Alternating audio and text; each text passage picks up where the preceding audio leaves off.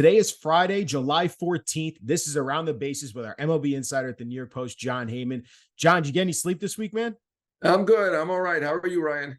I'm doing well. Obviously, we had the All-Star break this week. Not much baseball to talk about, but there were still some storylines that came out of here. And obviously, the biggest one that we saw was the New York Yankees, for the first time under Brian Cashman's tenure, to fire a coach mid-season. They fired their hitting coach, Dylan Lawson, and they brought in Sean Casey to replace him. Now, we haven't really spoken since last Friday about this entire situation. There was some admissions from the Yankees side, from Aaron Boone when he went on John Boy Media, and also Brian Cashman talking to the media about, this Yankees offense has not reached its full potential, and we felt this is the best direction to go, and we feel that Sean can help unlock those veterans that have really been struggling this year. So you've worked with Sean at MLB Network. You interviewed him yesterday on the show, which was great. What more insight can you give us in this entire Yankees situation? And I guess my first question would be off of that. Are the Yankees admitting that, finally this offense is not good right now? Right. As far as they haven't reached their full potential, I mean, they've been terrible. The offense has been brutal.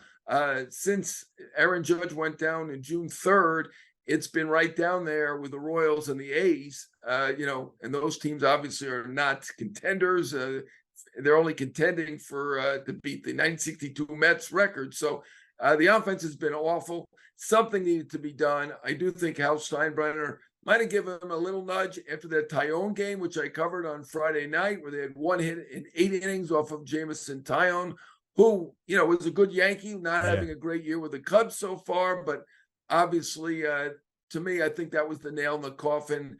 And, once Hal Steinbrenner starts saying, it's not looking so great right now, the offense, I think Cashman gets it.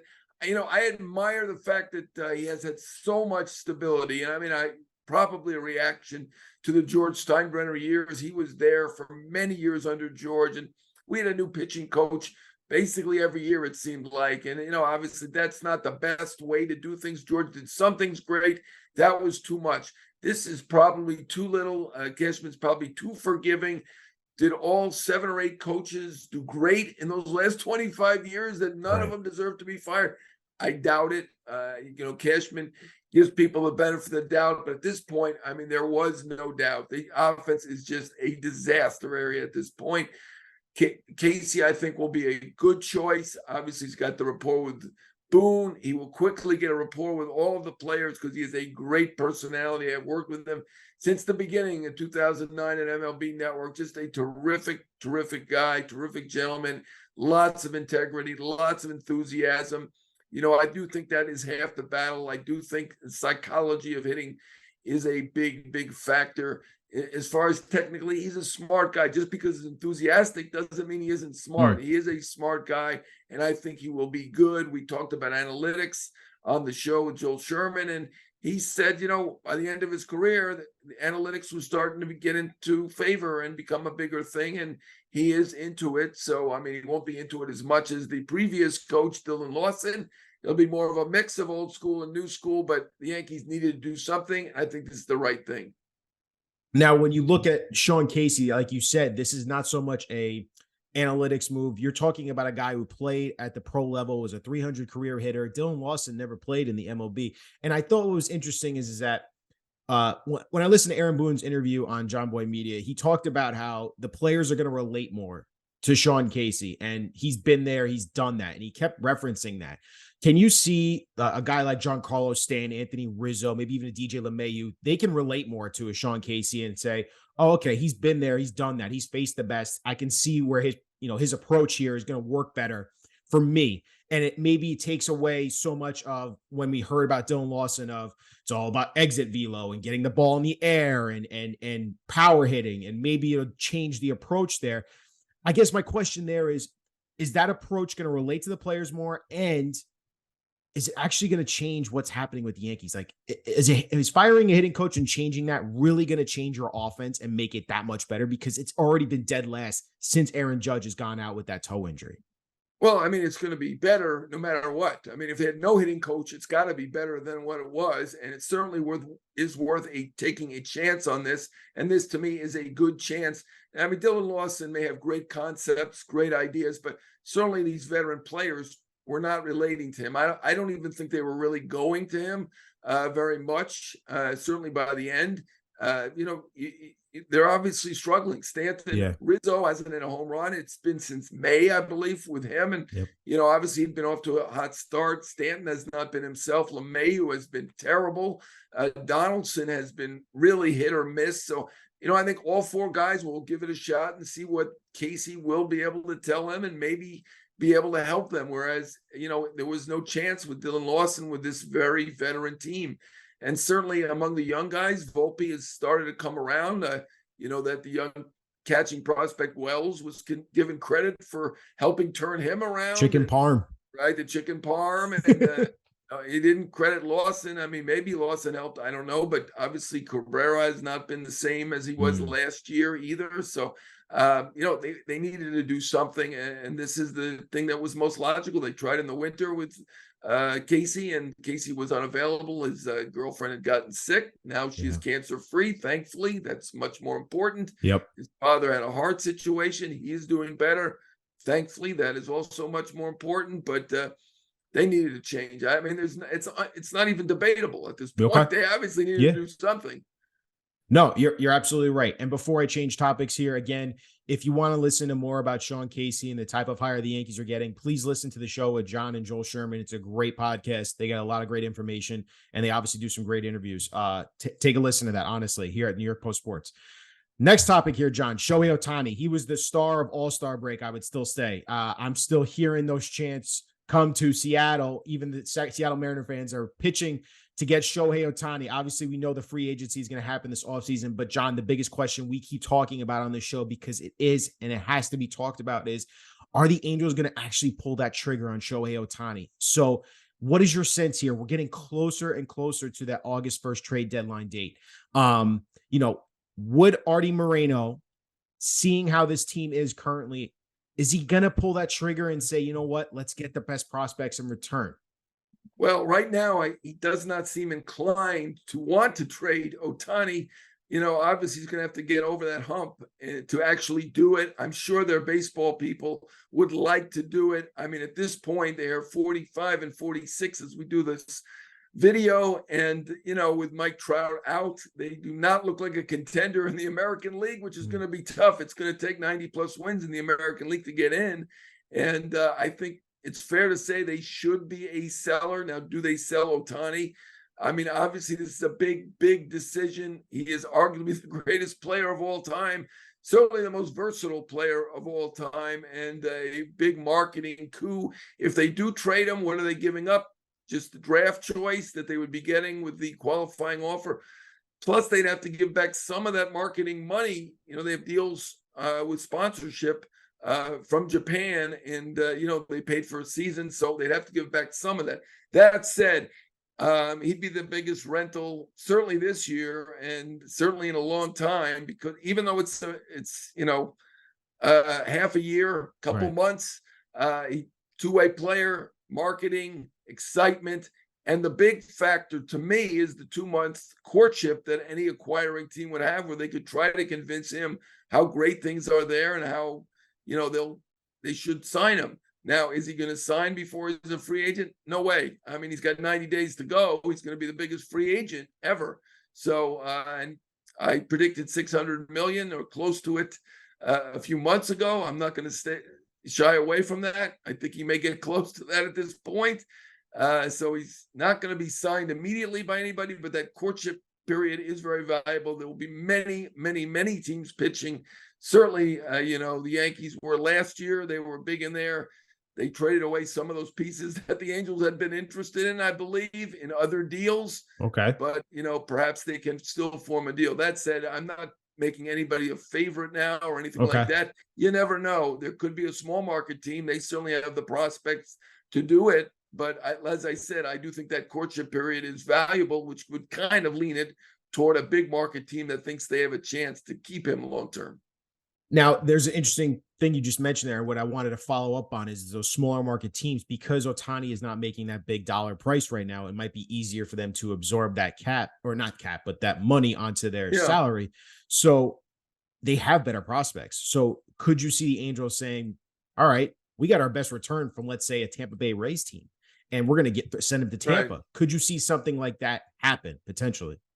Yeah, I could. I mean, they're going to trade him wherever is best for them and wherever they can get the best prospects. But, in my mind, the motivation will be there for those big market teams that want Right. that courtship period. So maybe they will beat those smaller market teams. But you're right. The Orioles have great prospects. The Diamondbacks have good prospects. The Reds obviously have a lot of great young players. Many of them are helping the team be in first place right now. I don't Right. know how they want to trade them at this moment, but certainly, the Angels are eyeing those small market teams with those great prospects.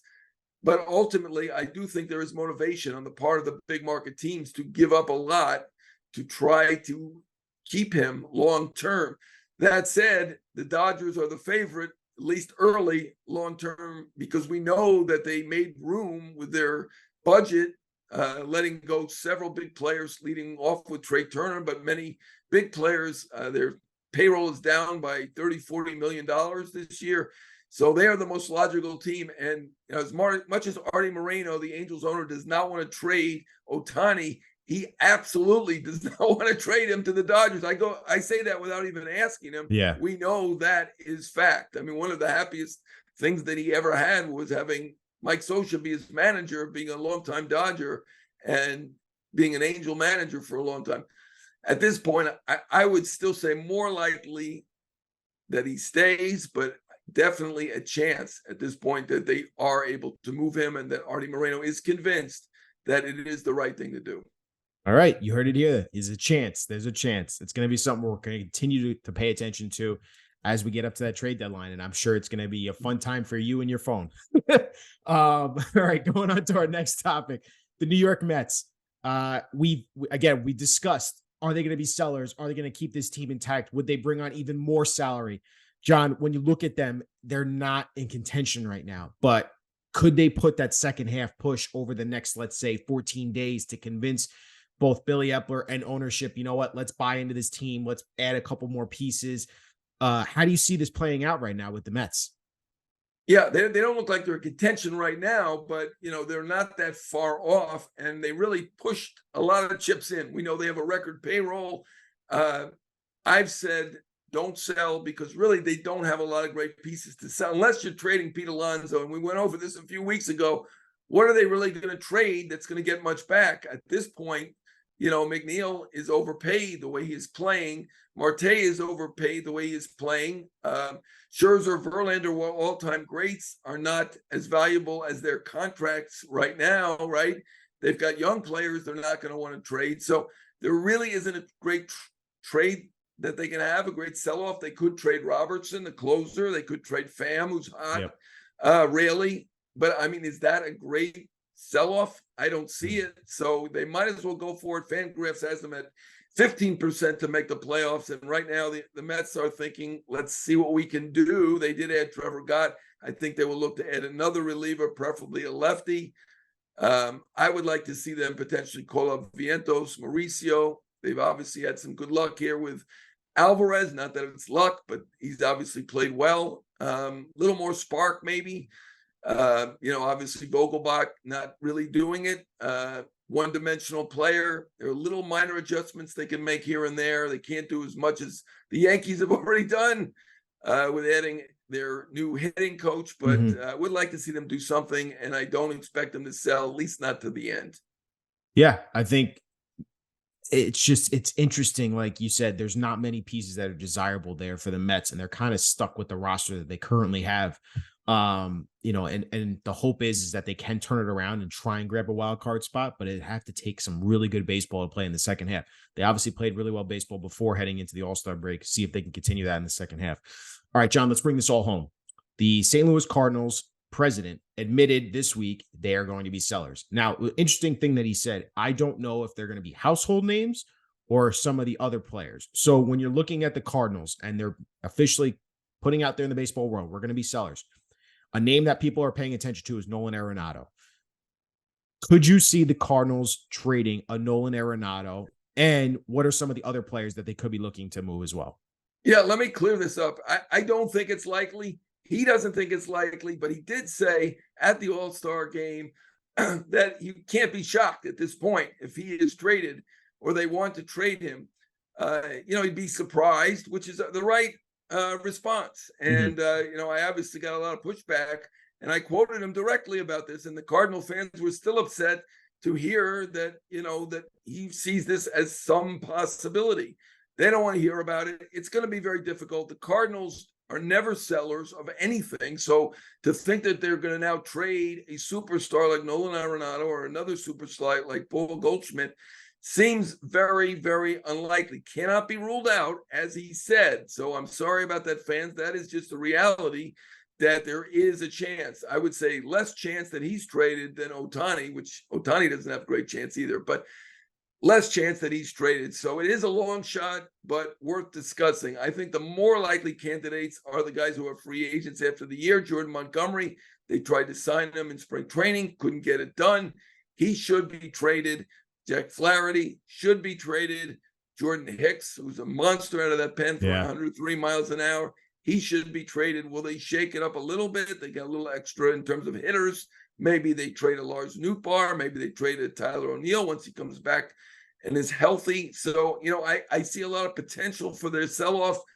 But like I've said all along, and even in that story, it's not that likely that Nolan Arenado is traded, but we can't be shocked. As he said, cannot be shocked at this point. If it leaving that door open, you know what I mean?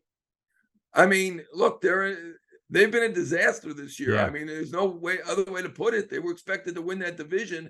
They've been absolutely terrible. And I've never seen a team that was one of the best, or if not the best team defensively over the last 3 years become poor defensively. Yeah. I don't think I've ever seen that before. So there's obviously something wrong going on there, and they need to make deals. If they had their druthers, they'd undo the Wilson Contreras signing, which they already seem to regret a week in, and wanted to move him to the outfield or whatever right away. So that would be a guy that they would like to trade. But I mean, there are not going to be any takers for him at this moment. So that isn't happening. But I do see them having a decent sale with Montgomery, Flaherty, Hicks, maybe a couple other relievers, maybe an outfielder or two.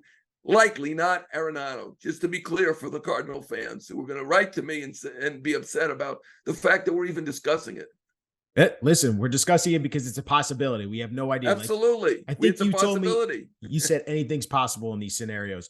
One other thing I wanted to hit on really quickly, since we're talking about maybe it's possible, maybe it's not possible. We talked about Arenado. I've heard rumors about Juan Soto with the Padres, another team that struggled this year and has not played well. They obviously won 2 out of 3 against the Mets before heading into the All-Star break, but they're not in contention either, and they're in a very tough NL West. Juan Soto obviously was the big acquisition traded last year. Is it possible he could get traded again by the Padres?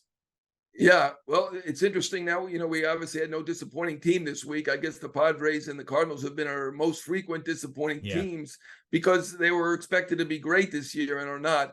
I'll say this about the Padres. I still think they're a good team. They're 4 games under. They are 0-8 in extra inning games. They're 5-15 in one-run games. They have a +39 run differential. They're hitting .223 with runners in scoring position. Can this bad luck continue? Sure, it can continue. We're more than halfway through the year also. Do I think it will? No. Do they think it will? Absolutely not. They are going for it at this moment. They are looking for pen help. They are looking for an extra batter. Obviously, some of their hitters have been good. Soto, since the first 2 weeks, has been really good. Machado's starting to get hot after a bad start. Tatis has been very good, particularly defensively. Kim's been good, what you expect, but they're not getting production out of center field, out of catcher. Certain positions, no production. So they're going to look for a hitter along with pen help right now. Is it possible, as we've got almost 3 weeks to go as we do this, that they become a seller if their bad luck continues? It's possible. I mean, like the Mets, they pushed in all their chips. They don't want to be a seller. They're really fighting against that. And they have reason to not sell because they've actually been good. If you look at the run differential, unlike the Mets, who've just not been good, they've actually outplayed their opponents. They just have lost more games than they won. Yeah. So If they do become a seller, they'd have a good sale because obviously Hader's a free agent, the best reliever in the game over the last half dozen years. And also Snell, who should have been an all-star, free agent after the year, is very hot. And so between those two guys, they could have a great sale. Would they trade Soto or consider it? Like I said, I don't rule anything out. I think the trade of Soto is very unlikely. It's probably in that Arenado category, more unlikely even than Ohtani. But, he's only got a year to go. They have not been able to sign him to this point long term. You wonder if he really wants to be on the West Coast. There's no indication that he does. He's not really said one way or another, but if you had to guess, maybe he would prefer to be East. That's why I speculated today in my insider column in the Post that, the Phillies could be a fit. They've got all those ex-Nats that he knows well, Yep. Harper, Trey Turner, the hitting coach, Kevin Long. So ultimately, long-term, let's not be shocked if he's on the East Coast. That may be another year and a half in San Diego, then on the East Coast. But that being said, I think San Diego knows that they're not really being able to sign him, knows that he'll be a free agent. And if they're not in contention, and again, they're not there yet, but if they go on a losing streak over the next 2 weeks, it is possible. Again, unlikely, but not ruling it out. Well, that's what this episode's been like. Not likely, but possible. That's what we've discussed a lot of topics here. Right. And if you want to hear and read a lot more, read all of Jon's columns of the New York Post. If you like this video, please give it a like and subscribe to the New York Post Sports channel on YouTube. Leave a comment on where you think some of these star players could end up, where you'd like to see them end up as well. Jon, that's an episode, man. Are you excited for the trade deadline, man? Yes, I got more than 2 weeks to go. A lot can happen. And, think about the trade deadline. Let's not forget, almost all of it happens in the last 48 hours, really in the last 24 hours. So I'm going to relax now for 10 minutes. Good. And then I'll get back to work. That's Jon. Appreciate you as always, man. All right. Thanks, Ryan.